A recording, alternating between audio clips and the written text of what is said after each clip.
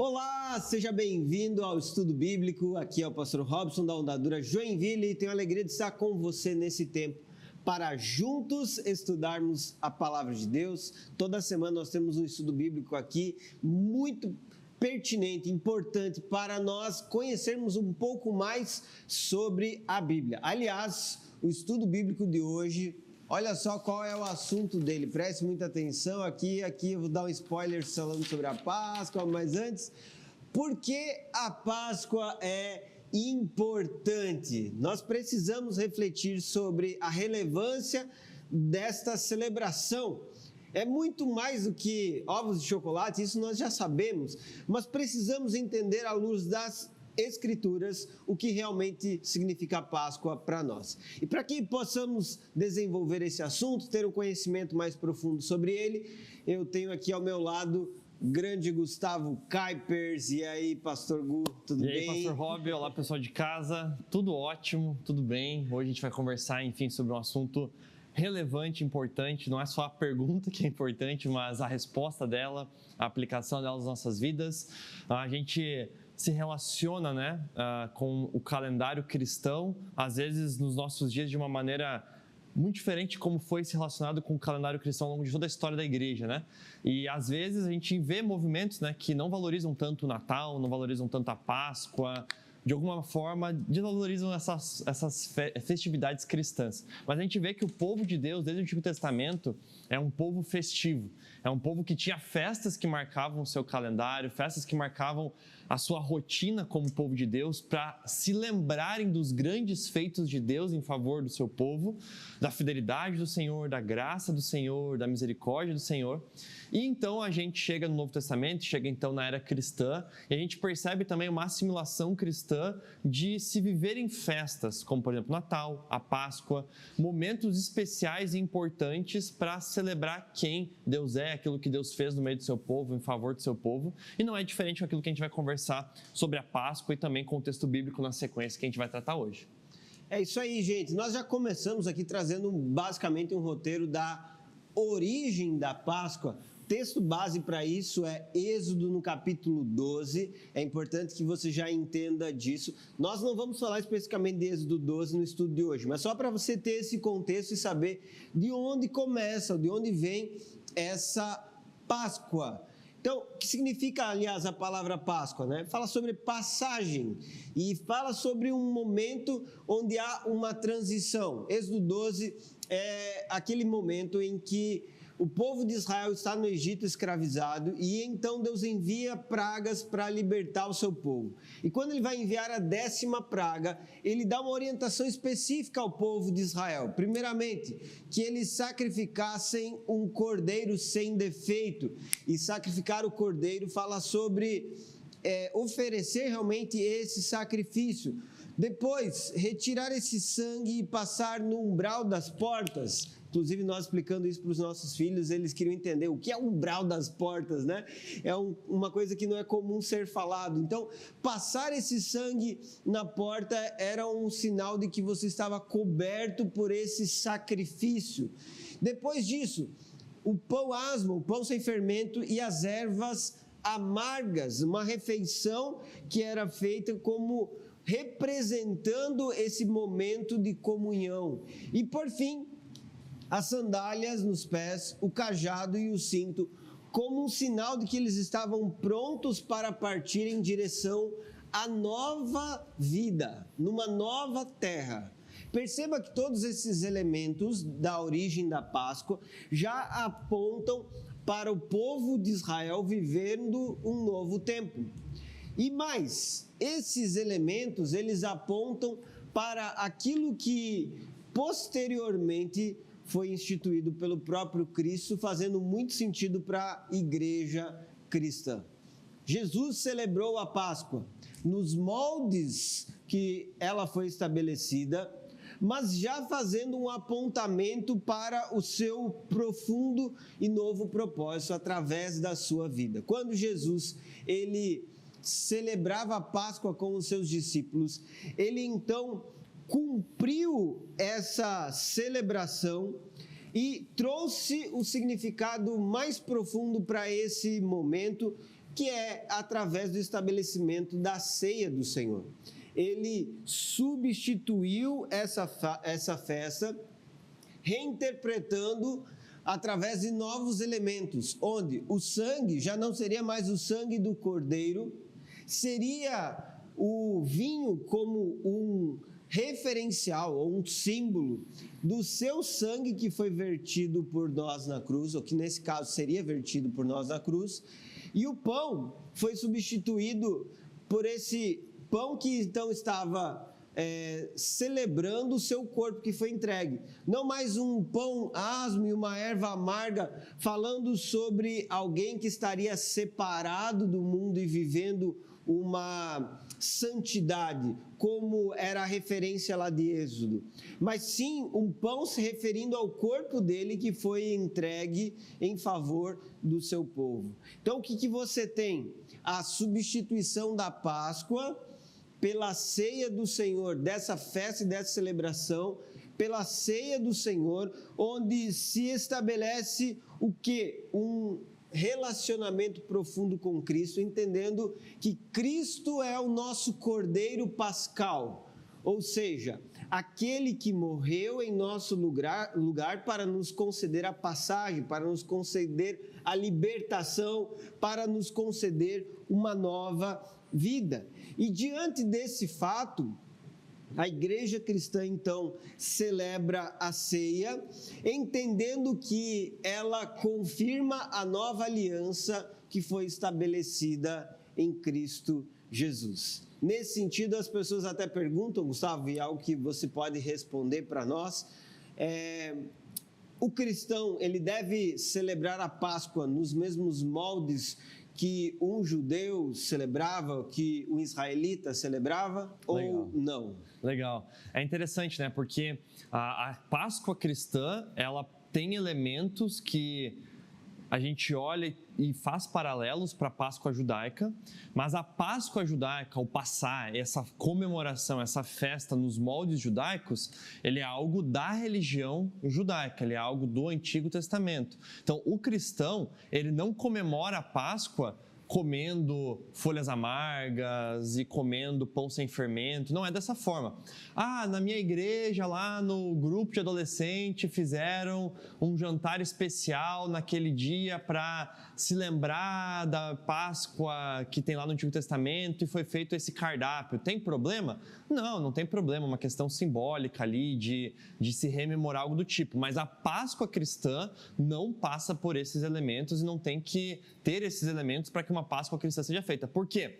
Porque a Páscoa cristã e a fé cristã é justamente a resposta que Cristo traz para tudo aquilo que no Antigo Testamento eram sombras de Cristo, né? Então, por exemplo, se a gente pega aqui, né, no quadro, Cristo é o Cordeiro de Deus que tira o pecado do mundo. Cristo é o Cordeiro de Deus que tira o pecado do mundo. Então, eu não preciso mais da figura de um cordeiro, de um animal cordeiro, para que de alguma maneira aquilo simbolize este pecado que está sendo agora perdoado, ou alguém que foi sacrificado por aquilo. Por quê? Porque Cristo já é esse sacrifício.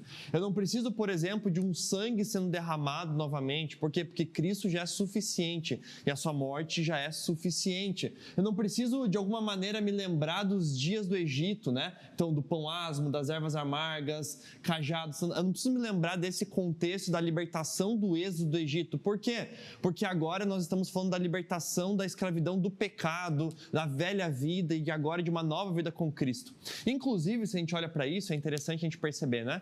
Nossa cultura ocidental, muitas vezes até o Natal ele tem mais peso do que a própria Páscoa, né? E não aqui dizendo qual que deveria ter mais peso, qual que deveria ser mais importante, mas muitos teólogos consideram a Páscoa a festa cristã mais importante, a data cristã mais importante. E tem boas justificativas para isso. Por exemplo, nós temos 2 sacramentos na igreja cristã evangélica, batismo e ceia.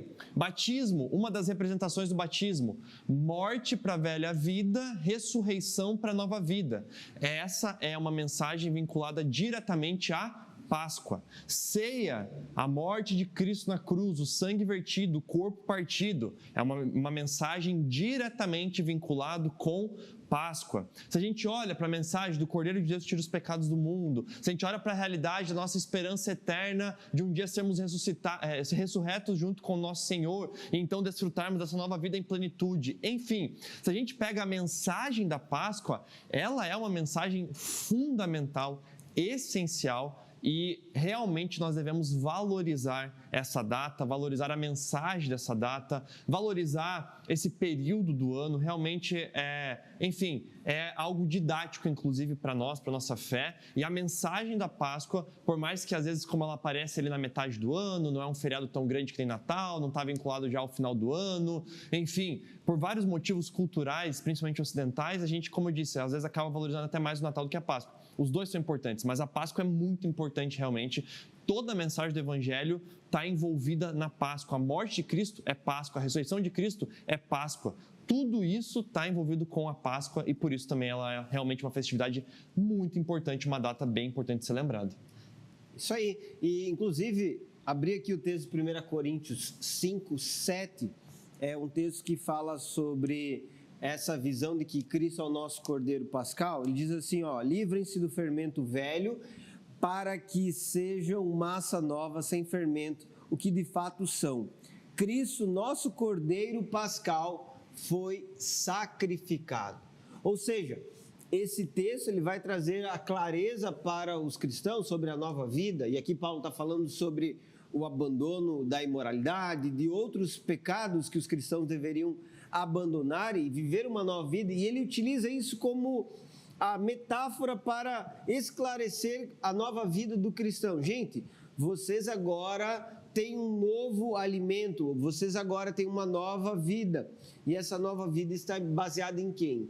Cristo, o Cordeiro Pascal, ou seja, o Cordeiro que foi morto em nosso lugar. Então vocês já têm esse sacrifício realizado, cumprido.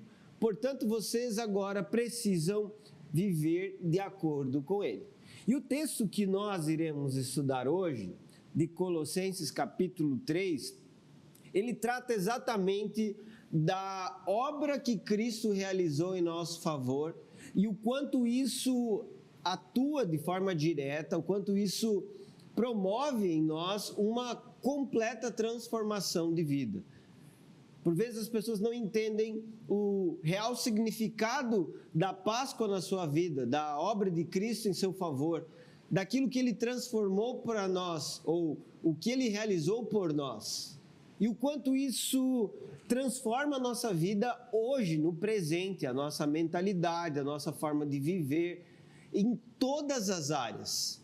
E esse texto é o texto de Colossenses capítulo 3, que nós iremos estudar hoje, que aborda exatamente a nova vida que nós temos em Cristo Jesus. De maneira geral, o que Paulo está fazendo na carta aos Colossenses é combater algumas heresias, alguns equívocos doutrinários, apresentando a supremacia de Cristo. Cristo é superior, Ele está elevado, Ele é alguém que governa, mas não somente Ele governa, Ele também tem um reino superior. A mentalidade do povo de Deus deve ser diferenciada. É isso que Paulo está ensinando aos colossenses. E com isso, ele combate desde o sincretismo religioso, até mesmo ascetismo, gnosticismo, enfim, diversos equívocos que estavam, de alguma forma, se aproximando da igreja cristã, tentando trazer aos cristãos algumas práticas que eram contrárias àquilo que se espera dos discípulos de Jesus. Diante disso, Paulo vai ensinar de maneira direta essa supremacia de Cristo e esse lugar elevado que ele ocupa. E então, em consequência a isso, você tem a realidade que a igreja deve viver. Portanto, o que nós vamos ver aqui no capítulo 3 é um reflexo daquilo que Cristo realizou, a forma como a igreja deve viver nessa terra. É interessante, né? Porque Colossenses é uma carta bem curtinha, inclusive ano passado, início do ano, nós tivemos um tema na Onda justamente falando sobre Colossenses, e a gente observa Colossenses como dois grandes blocos de uma argumentação teológica de Paulo e uma aplicação prática dessa argumentação teológica, né? Então, Paulo estava rebatendo, como o pastor Rob bem disse, judeus legalistas que estavam valorizando aspectos da lei.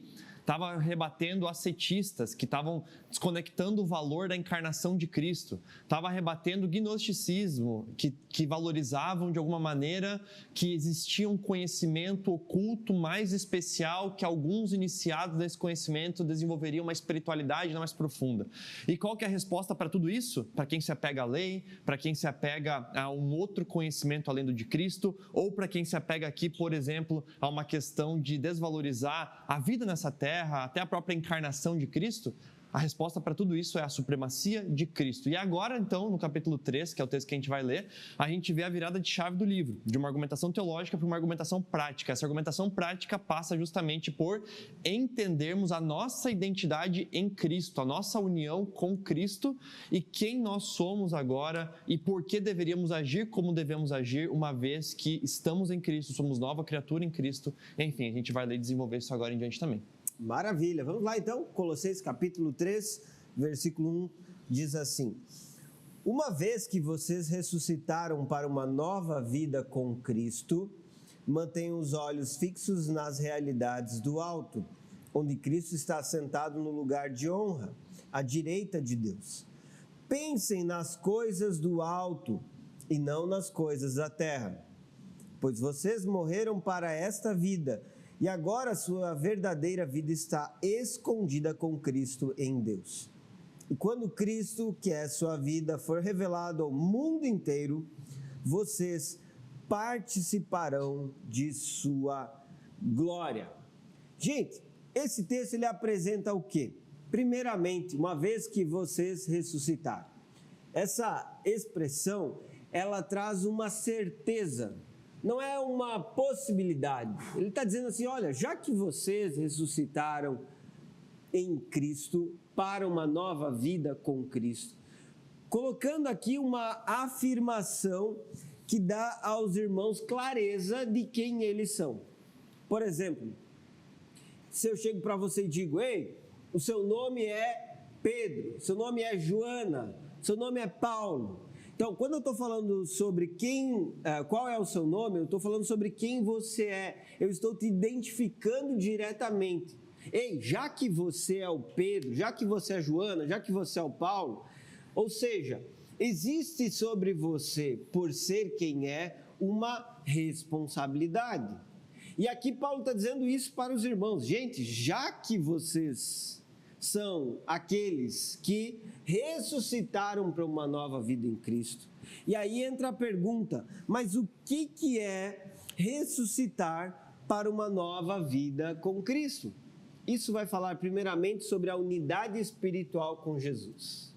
A obra que Jesus realizou por nós lá na cruz, nos uniu a Ele de tal forma que nós estamos também com Ele ressuscitados. Pastor, mas eu ainda nem morri, como que eu já ressuscitei? Aqui ele está falando da ressurreição espiritual, de viver uma nova vida para Cristo, de estar unido a Ele para uma nova realidade. E é importante que o cristão ele compreenda que a obra de Cristo já teve efeitos iniciais em sua vida. O que Cristo realizou por nós não acontecerá somente no futuro, quando nós morrermos e então ressuscitarmos corporeamente. Já vamos falar um pouco sobre isso, mas não, hoje nós já temos efeitos dessa obra de Cristo na nossa vida, na realidade que nós vivemos. E Paulo está chamando a atenção desses irmãos exatamente para isso. Hoje vocês já têm uma nova realidade, hoje vocês já têm uma nova vida. Isso faz com que o cristão compreenda que ele não será alguém que vive uma vida gloriosa, ele já pode hoje experimentar essa vida gloriosa. Mas para isso, Paulo diz, para viver a realidade de vocês, ou para compreender essa realidade de vocês, ele declara: mantenha os olhos fixos nas realidades do alto, onde Cristo está sentado no lugar de honra à direita de Deus. O que ele está falando é que o cristão não pode perder de vista aquilo que está acontecendo acima da terra, aquilo que está estabelecido de forma geral sobre a terra. Obviamente, aqui é colocado realidade do alto para nós entendermos que fala sobre Deus no céu e na sua glória, mas não indicando uma localização geográfica necessariamente, indicando sim a condição de onde Cristo está. Ele está sentado no lugar de honra à direita de Deus. Portanto, Cristo já está governando sobre a terra. Cristo já iniciou o seu governo. O reinado de Cristo já foi estabelecido. E esse primeiro versículo, ele tem essa ênfase, essa ideia de estabelecer a compreensão de que algo Deus já iniciou. E isso está estabelecido porque Cristo está sentado à direita de Deus. Portanto, né, Gustavo, o que fica já evidente para o cristão é, se você tem uma nova realidade, entenda, o fundamento disso não é você mesmo. É o próprio Cristo que está sentado à direita de Deus. Se a gente pega vários textos, né, paulinos no Novo Testamento, a gente pega Romanos 6, por exemplo, outros textos que vão falar sobre morte, ressurreição, união com Cristo, batismo, a gente vai perceber que é um fato muito importante. A morte com Cristo e o ser ressuscitado com Ele é tanto um fundamento e uma necessidade para que você viva uma vida transformada, quanto é um ponto básico e essencial que vai te levar a viver uma vida transformada. Como assim? Não tem como eu viver uma vida transformada sem primeiro eu ter morrido e ressuscitado com Cristo. Mas, ao mesmo tempo, se eu morri e ressuscitei com Cristo, não tem como eu não viver uma vida transformada, você entende? Tem pessoas, por exemplo, que querem viver uma vida transformada. Tem pessoas, por exemplo, que querem que outros vivam uma vida transformada, mas que não passaram pela morte e ressurreição com Cristo, ou seja, não passaram pela conversão, não passaram pela regeneração, não foram ali convencidos dos seus pecados, mortos, sepultados com Cristo, então ressurretos também com Ele. Isso não aconteceu. Agora, por outra perspectiva, também tem pessoas que dizem que se converteram, que dizem que morreram com Cristo e ressuscitaram com Ele, que afirmam e batem no peito de que são batizadas e logo, teoricamente, são convertidas, logo, teoricamente, estão unidas a Cristo, mas que não vivem frutos dessa transformação, não vivem essa transformação na realidade. Então, as duas coisas aqui são extremamente necessárias, e você não vive a segunda sem a primeira, e se você viveu a primeira, você deve viver a segunda, porque senão você tem que se questionar se de fato você viveu essa primeira. Então, isso aqui é bem importante. Toda a ética cristã, todo o comportamento cristão, ele nasce justamente dessa nova identidade que nós temos com Cristo. E aí a gente percebe então que a Páscoa, que a ressurreição de Cristo, ela não é apenas um evento histórico para os cristãos, mas ela é também uma realidade tanto existencial quanto espiritual para nós cristãos. Nós existencialmente e espiritualmente experimentamos da ressurreição de Cristo, uma vez que nós somos sepultados com Ele, crucificados com Ele, como vai dizer Gálatas capítulo 2. E uma vez que fomos assim, nascemos de novo, somos ressurretos também com Ele e não mais vivemos a nossa vida, mas vivemos agora a vida de Cristo. E isso, obviamente, vai nos levar a pensar nas coisas lá do alto, como a gente já pincelou um pouco aqui, e como também agora o versículo 2 continua dizendo isso, né? Maravilha, só coloquei aqui, gente, para nós entendermos, então, a nova vida do cristão está baseado em quê? Na ressurreição de Cristo e na glorificação de Cristo. São dois termos até bem importantes para você guardar, relembrar. E detalhe, tá, gente? É nessa obra que Cristo realizou. Isso não pode ser esquecido, pelo contrário, constantemente nós temos que lembrar. Se conseguimos viver uma nova vida, ela tem um fundamento e esse fundamento é Cristo Jesus. Por isso, lá no versículo 2, ele diz: pensem nas coisas do alto e não nas coisas da terra. Aqui, então, você tem uma ordem. Se por um lado você tem o fundamento da nova vida do cristão, agora você tem a prática dessa nova vida. De forma geral, de forma clara, direta, como que o cristão ele tem uma nova vida? Pensando nas coisas do alto e não nas coisas da terra. E aqui alguém vai olhar, vai ler esse versículo e vai dizer assim: então quer dizer que a partir de agora eu não posso mais trabalhar para ter carro, para construir casa, para construir patrimônio. É isso. Isso é coisa da terra, meu irmão. Coisa da terra eu vou abandonar essas coisas, vou desprezar, vou desvalorizar.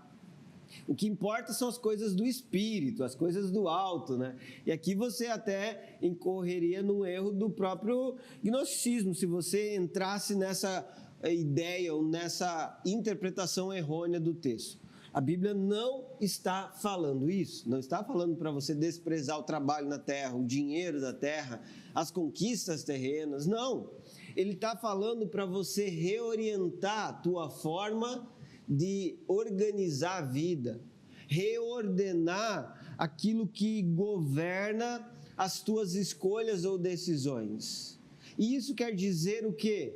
Se quem está no alto é Cristo, se quem está na glória é Cristo, então você precisa reordenar os teus pensamentos à luz de Cristo, de acordo com os pensamentos que Cristo tem, de acordo com os propósitos que Cristo tem, de acordo com os valores que Cristo tem.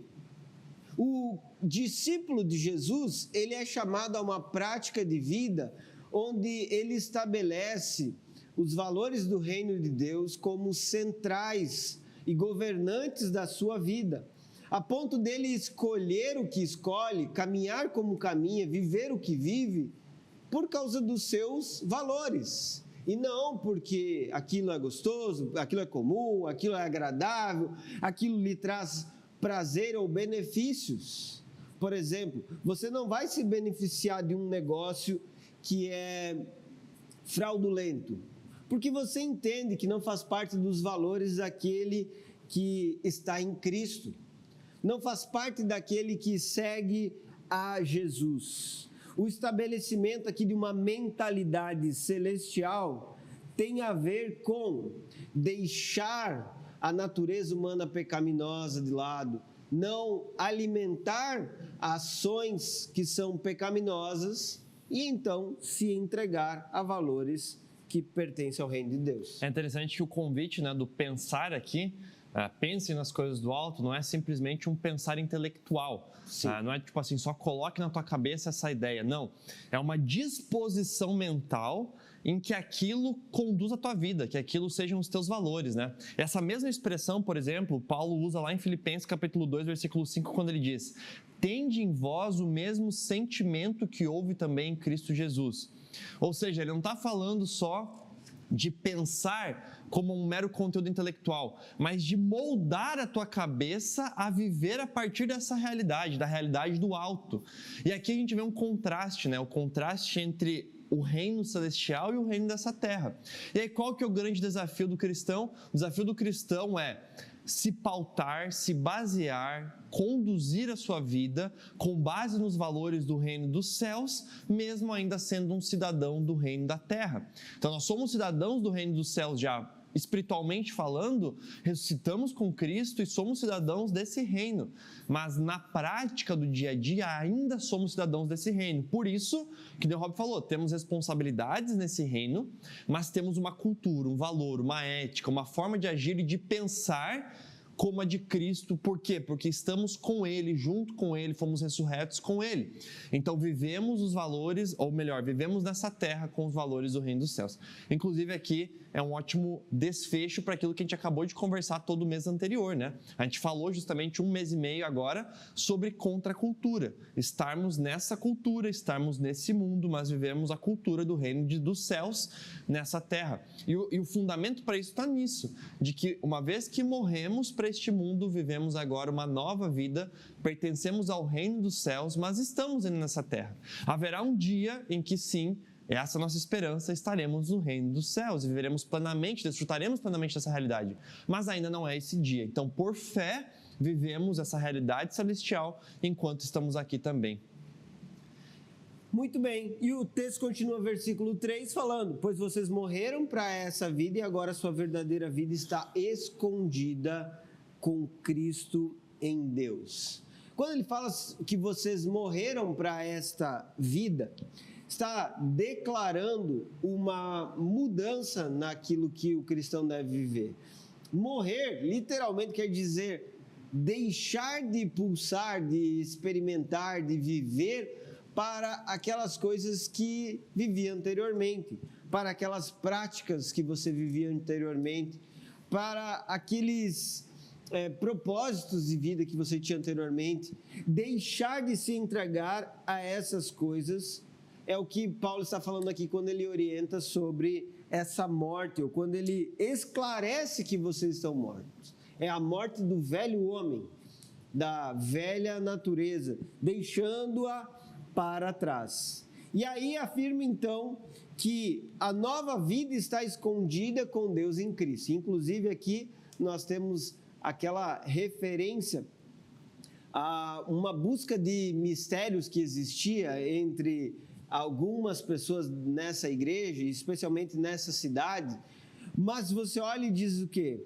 O que você tem de escondido é a sua vida em Cristo. Ou seja, você está guardado nele, você está entregue a ele, você está completamente separado para ele. A tua vida está guardada em Cristo. Esse é o grande mistério, esse é o grande valor, é a plenitude da vida cristã. Você está no Senhor. E o que Paulo deixa claro para esses irmãos é: vocês não precisam lutar para conquistar isso. Vocês já têm isso em Cristo. Vocês não precisam pagar para comprar isso. Vocês já têm isso em Cristo Jesus. E então, quando Cristo for revelado ao mundo inteiro, vocês participarão da sua glória. Aqui sim, ele traz uma clara demonstração de que futuramente ainda o cristão experimentará de forma plena e completa a manifestação do que Cristo fez em seu favor.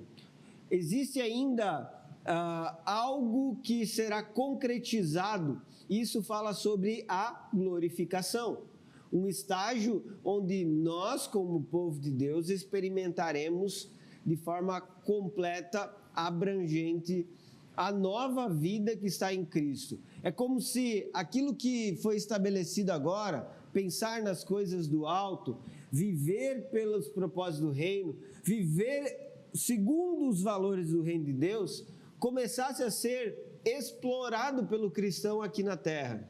Já estivesse certo e guardado por Cristo lá no alto, mas fosse realmente estabelecido e concretizado de maneira final e completa na volta de Cristo e na sua glorificação. É interessante, né? Porque todo o texto está dando assim conclusões sobre o que já aconteceu com o povo de Deus, uma vez que passou pela conversão, e qual é a consequência que isso gera. Então, por exemplo, ele diz: olha, morreste, né? Você morreu. Inclusive, o tempo verbal aqui no grego está indicando que é um evento concluído, é uma coisa que já aconteceu realmente. Nós já morremos com Cristo. E aqui vem o elemento da fé, né? Nós entendemos e compreendemos isso e abraçamos essa realidade por fé. Nós já morremos com Cristo. E uma vez que morremos com Cristo, o que ele vai colocar é que agora a nossa nova vida está oculta em Cristo, com Deus. Ou seja, eu morri com Cristo, esse é um fato. E a minha nova vida está oculta em Cristo com Deus. Isso significa o quê? Significa algumas coisas. Por exemplo, significa uma segurança da nossa nova vida. Então, nada pode tirar ou tocar essa nova vida que nós temos com Cristo, porque está escondida nele com Deus. Então isso é uma segurança da nossa vida eterna, uma garantia inclusive da nossa salvação. Mas junto com isso, inclusive, esse tema do estar oculto com Cristo envolve um mistério escatológico e também uma tensão escatológica, que é a tensão justamente de que a plenitude dessa nova vida ainda não é uma realidade que eu desfruto. Bom, mas se já é uma realidade que eu morri com Cristo e que eu ressuscitei com Ele, por que não é uma realidade ainda eu desfrutar disso plenamente? E aqui entra, né? A nova vida já é real, mas ela ainda não é plenamente visível em nós. É a tensão escatológica famosa do já, agora e ainda não. Eu já agora morri com Cristo, eu já agora ressuscitei com Cristo, mas eu ainda não desfruto disso em plenitude, plenamente. Tanto que a esperança, inclusive, que o apóstolo Paulo diz em vários textos, né, é de que um dia eu me livrarei do corpo desta morte e ressuscitarei com um corpo glorificado, onde desfrutarei plenamente da minha nova vida, da minha nova natureza com Cristo, com um corpo glorificado. E aí então, este corpo desta morte, ou seja, esta realidade atual que nós vivemos, onde somos tentados, onde temos pecados, dores, problemas, tentações, seja lá o que for, isso passará. Ali então será também esse nosso batismo, digamos assim, não só por fé, mas concretizado. O batismo literal, da morte mesmo, morremos, e da ressurreição mesmo, ressuscitamos, que hoje abraçamos essa realidade por fé, mas já é uma realidade por fé, mas já é uma realidade. E junto com isso, uma curiosidade desse texto também é que, falando de vida oculta, o apóstolo Paulo está dialogando com os gnósticos. Os gnósticos aqui, eles defendiam que existiam mistérios ocultos, que pessoas que conheciam esses mistérios ocultos ou adquiriam conhecimento desses mistérios ocultos se tornavam pessoas mais plenas, mais espirituais. Mas a questão é, existe um mistério? Existe uma vida oculta? Existe, mas esse conhecimento oculto é estar em Cristo. Ou seja, não é em filosofias humanas, não é em reflexões humanas, não é em misticismos humanos, mas essa vida plena é estar em Cristo. E a plenitude dela virá com a volta de Cristo, inclusive, que é a questão da nossa esperança eterna. Maravilha, gente. Então nós entendemos aqui, à luz desse texto, a nossa expectativa diante disso é pela glorificação, um evento que irá realmente acontecer e que os cristãos irão experimentar. Disso que nós entendemos nesse texto é que nós temos uma realidade que passa por aquilo que Cristo realizou em nosso favor, morte do velho homem, estarmos guardados em Cristo, ou seja, protegidos e seguros em quem Ele é e naquilo que Ele realizou por nós. Então nós já morremos, já ressuscitamos com Cristo e precisamos ter consciência dessa realidade. Nossa mentalidade precisa mudar, precisamos pensar nas coisas do alto, ou seja, permitir que os valores do reino de Deus governem nossos atos e escolhas e que o foco da nossa vida não esteja em seguir a manada ou a visão geral das pessoas que estão nesse mundo e que não seguem os valores do reino de Deus. E diante disso, nós também entendemos que a vida cristã envolve uma expectativa do retorno de Cristo Jesus. Isso tem a ver com a obra que Cristo realizou em nosso lugar, que tem a ver a Páscoa com a nossa vida, né? Ele garantiu a nossa nova vida em Cristo Jesus. Nós temos essa garantia, essa certeza, e por isso precisamos caminhar, viver de acordo com essa nova realidade. O que Cristo realizou em nosso favor estabelece uma nova história, diante da qual precisamos nos comprometer, nos dedicar de uma forma constante para glorificar a Deus. E termina apontando totalmente para Cristo, para a suficiência dele, né? É um cristocentrismo radical aqui, né? Não apenas Cristo nos dá uma nova vida, como Ele é a nossa vida, né? O que o texto vai dizer é justamente isso. Cristo, que é a sua vida, né, voltará e consumará todas as coisas. Então, Cristo não só nos dá a vida, Ele é a própria vida, Ele é a nossa própria vida. E, inclusive, diante disso vem essa realidade final, né? De que a nossa esperança da segunda vida de Cristo é de que, então, se manifeste plenamente aquilo que já somos nele, por fé hoje, e que, então, Ele revelará na sua volta, na sua segunda vinda, e desfrutaremos disso plenamente, né? Amém. É isso aí, pessoal. Semana que vem vamos ter outro estudo bíblico. Aliás, semana que vem... iniciamos, sim, um novo tema. Novo tema, né? Esse agora foi a Páscoa, né? Um tema intermediário entre o contra a cultura e o próximo. É isso aí. Começa um novo tema próxima semana. Vai ser um tempo muito, muito precioso, especial. E esperamos aí cada um de vocês. Isso aí. Tamo junto. Valeu!